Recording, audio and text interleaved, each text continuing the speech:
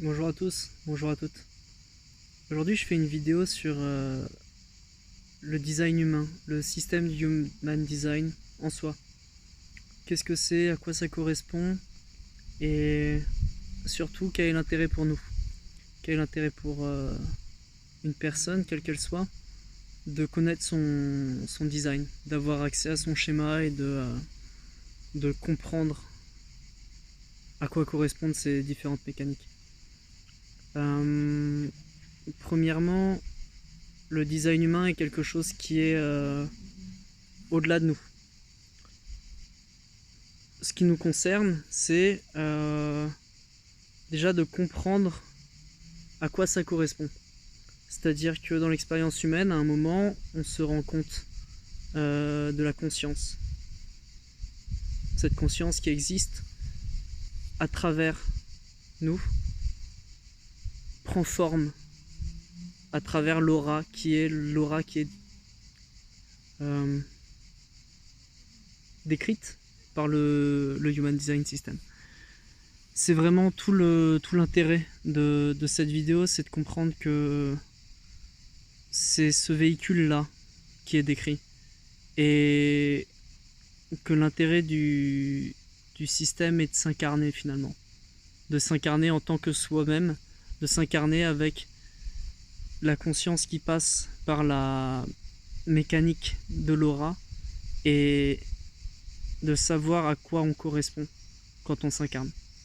Donc venir dans son corps, venir dans son aura, avec à la fois la forme de l'aura qui correspond au type de la personne, et avec les centres qui correspondent au type de la personne. Donc finalement, le Human Design System va décrire le dur de l'expérience. Il va décrire le concret. Ça va pas être quelque chose d'abstrait, ça va pas être quelque chose là-haut. C'est quelque chose qui... Le schéma est là-haut, mais ça va être quelque chose qui va être là. Ça va être quelque chose qui va se palper, ou se sentir, ou s'expérimenter en tout cas, à l'intérieur de la des trois dimensions. Je pense que ça c'est vraiment le plus important à comprendre par rapport au Human Design. Finalement c'est quelque chose qui est vivant, et en fait c'est nous qui sommes vivants à travers la conscience de l'expérience, et c'est cette expérience qui se déroule en fait. C'est quand je m'active. Le Human Design, c'est pour s'activer correctement finalement. C'est pour être, c'est pour faire de la bonne manière pour soi. Que chacun ait accès à ses ressources et que ces ressources correspondent dans le monde d'une manière qui va être évidente en fait quand on suit ces mécaniques. C'est-à-dire que quand j'ai la conscience de qui je suis, ce que je suis est par lui-même. Et donc du coup, tout est naturel, entre guillemets, hein. À partir du moment où on se déconditionne complètement de tout ce qui est l'expérience, à partir du moment où on fait la séparation entre son aura et l'expérience, ou plutôt ce que notre aura apporte au monde et ce que notre aura prend du monde, reçoit du monde finalement, et l'amplifie naturellement. À partir du moment où cette distinction elle est faite, on peut commencer à suivre qui on est et être qui on est. Et c'est là tout l'intérêt.